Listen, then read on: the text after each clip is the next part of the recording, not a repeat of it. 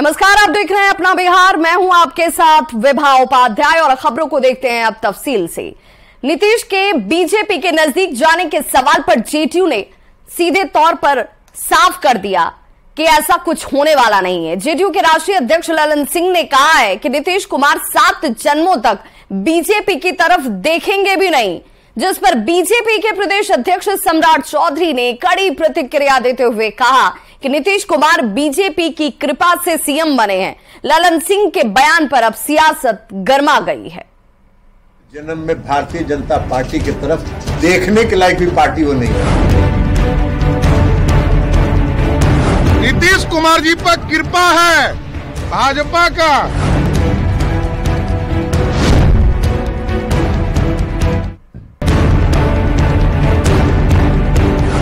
आपकी पार्टी ऐसी पार्टी है जिसके तरफ देख के कोई थूकना भी नहीं चाहेगा।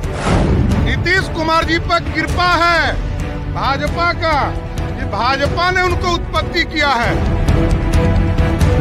बिहार की सियासत में कुछ दिनों से इस बात की चर्चा काफी तेज है कि नीतीश कुमार फिर से बीजेपी के नजदीक जा रहे हैं। इस कयासबाजी पर काफी तल्ख लहजे में विराम लगाने की कोशिश की है जेडीयू के राष्ट्रीय अध्यक्ष ललन सिंह ने। ललन सिंह ने कहा, नीतीश कुमार 7 जन्म तक बीजेपी की तरफ देखेंगे भी नहीं। नीतीश कुमार जी 7 जन्म में भारतीय जनता पार्टी की तरफ देखने के लायक भी पार्टी वो नहीं है जिसकी तरफ देखा जाए। जेडीयू के राष्ट्रीय अध्यक्ष ललन सिंह के बयान पर बीजेपी के प्रदेश अध्यक्ष सम्राट चौधरी ने कटाक्ष किया है। सम्राट ने कहा, नीतीश कुमार बीजेपी की कृपा से सीएम बने। नीतीश कुमार की बीजेपी पर कोई कृपा नहीं है। नीतीश कुमार जी जाने, हम लोगों ने तो उनको घोषित कर दिया है पलटू कुमार हैं। लालू जी कहते थे पलटू कुमार, तो पलटू कुमार हो गए। हम लोगों ने क्या किया, नीतीश कुमार जी पर कृपा है भाजपा का। ये भाजपा ने उनको उत्पत्ति किया है। बीजेपी कहती है नीतीश के लिए दरवाजे बंद हैं। नीतीश कहते हैं बीजेपी के नजदीक जाएंगे नहीं, यानी न नीतीश की बीजेपी के नजदीक जाने की इच्छा है और न ही बीजेपी नीतीश को बुलाने को इच्छुक है। फिर सवाल है कि बार बार नीतीश के बीजेपी की नजदीक जाने की बात ही क्यों होती है। न्यूज़ 18 के लिए पटना से शैलेंद्र और धर्मेंद्र कुमार के साथ ब्यूरो रिपोर्ट। तो वहीं ललन सिंह के बयान के बाद सुशील कुमार मोदी ने सोशल मीडिया प्लेटफॉर्म एक्स पर पोस्ट किया। सुशील मोदी ने कहा कि नीतीश पर अब किसी को भरोसा नहीं है, वे सूरज पर थूकने की गलती न करें। ऐसा करने वाला खुद ही अपने चेहरे को गंदा करता है। बीजेपी पर टिप्पणी करने के पहले जेडीयू अपनी हैसियत को देखे। पार्टी की हालत से हताश ललन सिंह भाषा की मर्यादा को खो रहे हैं।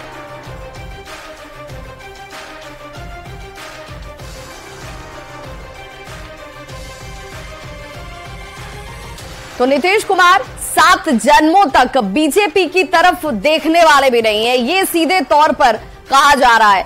पिछले कुछ समय से सियासी गलियारों में खबर बेहद तेजी से तैर रही है कि नीतीश की बीजेपी के साथ नजदीकियां जो है वो बढ़ने की बात कही जा रही है।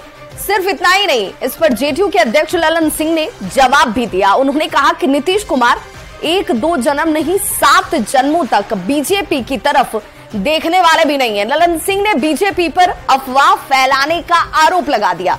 दरअसल इस बार नीतीश के बीजेपी के नजदीक जाने की बात लगातार कही जा रही थी। कहा जा रहा था कि नीतीश कुमार जो है वो बीजेपी के नजदीक जा रहे हैं। ये माना जाता है कि नीतीश किसी के साथ हमेशा के लिए रिश्ते खत्म नहीं करते हैं। ये उनकी आदत में शुमार है, ये उनकी पहचान में अब जुड़ चुका है। नीतीश भविष्य में मिलने की गुंजाइश हमेशा बनाए रखते हैं। G20 के भोज में गर्मजोशी के साथ मुलाकात की तस्वीरें सभी को याद होंगी, जब उन्होंने प्रधानमंत्री नरेंद्र मोदी के साथ मुलाकात की थी। नीतीश और मोदी की मुलाकात की तस्वीरें भी सामने आई थी। इस मुलाकात के बाद नीतीश की बीजेपी से नजदीकी को लेकर कई तरह की कयासबाजी जो है वो तेज हो गई। कहा गया कि नीतीश कुमार को विपक्षी गठबंधन INDIA में भाव नहीं मिल रहा है और यही वजह है कि नीतीश नाराज हैं और NDA में लौट सकते हैं। वैसे नीतीश कई बार इस तरह की अटकलों को खारिज कर चुके हैं। खुद भी अपनी जुबान से उनकी तरफ से ये बार बार कहा गया है कि ऐसा कुछ होने वाला नहीं है, सिर्फ तस्वीरों को देखकर कोई कयास न लगाइए। अटकलों को खारिज करते हुए वो कई बार नजर आए हैं। तो बीजेपी भी ये कहती रही है कि नीतीश के लिए बीजेपी के दरवाजे तो कम से कम बंद हो चुके हैं, अब ऐसी कोई गुंजाइश बची हुई नहीं है। लेकिन सियासत में हमेशा दरवाजे और खिड़कियां जो हैं वो खुली रहती हैं, ये सब जानते हैं। और इसीलिए तो कई बार इस तरफ से उस तरफ और उस तरफ से इस तरफ जो है सियासत घूमती फिरती हुई बिहार की नजर आ चुकी है। नीतीश सरकार पर एक बार फिर से तुष्टीकरण की राजनीति करने का आरोप लग रहा है। बिहार शरीफ में रामनवमी के दौरान उपद्रव में बर्बाद मदरसा अजीजिया के पुनर्निर्माण के लिए सरकार ने 30 करोड़ रुपए जारी कर दिए हैं। इसके बाद बीजेपी सरकार पर मुस्लिम तुष्टीकरण का आरोप लगा रही है, तो जेडीयू इसे लेकर पलटवार कर रहा है। बिहार में तुष्टीकरण पर एक बार फिर सियासत सुलझ चुकी है। नीतीश कुमार के एक फैसले के बाद बीजेपी सरकार पर हमलावर है। दरअसल नीतीश सरकार ने बिहार राज्य मदरसा सुदृढ़ीकरण योजना के तहत मदरसों का कायाकल्प करने जा रही है। सरकार ने बिहार शरीफ में 100 साल पुराने मदरसे अजीजिया मुरादपुर बिहार शरीफ के निर्माण के लिए 30 करोड़ रुपए दिए हैं। ये मदरसा रामनवमी के दौरान हुई हिंसा में पूरी तरह से बर्बाद हो गया था। बिहार सरकार के फैसले पर राजनीति गर्मा गई है। नीतीश कुमार जी की आंखों पर लालू यादव जी का चश्मा चढ़ गया है।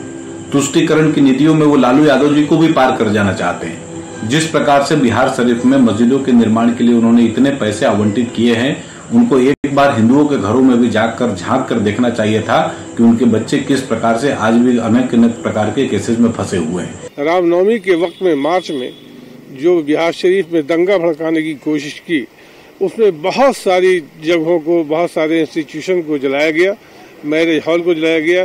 इसमें खास तौर से मदरसा अजीजिया जो शैक्षणिक संस्थान था, 100 साल पुरानी इमारत थी, बिल्डिंग थी, इसको जला दिया गया। उसकी लाइब्रेरी, सारी रूम्स जला दिया गया, जबकि वो मदरसा बंद था। रामनवमी के मौके पर बिहार शरीफ में जमकर हिंसा हुई थी। बीजेपी ने हिंसा को लेकर नीतीश सरकार पर जमकर हमला बोला था, तो महागठबंधन ने बीजेपी पर माहौल खराब करने का आरोप लगाया। अब मदरसे को 30 करोड़ रुपए देने पर सियासत शुरू हो गई है। जेडीयू ने बीजेपी पर राजनीति करने का आरोप लगाया है।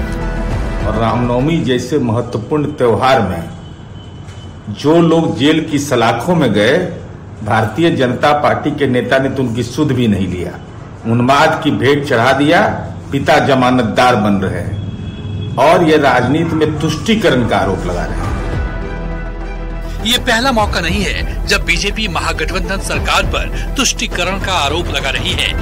हाल के दिनों में लिए कुछ फैसलों पर भी बीजेपी के निशाने पर नीतीश सरकार है। मुस्लिम युवाओं के लिए उद्यमी योजना, तालीमी मरकज के काम कर रहे लोगों का वेतन दोगुना करने के फैसले पर भी सरकार पर बीजेपी हमलावर है।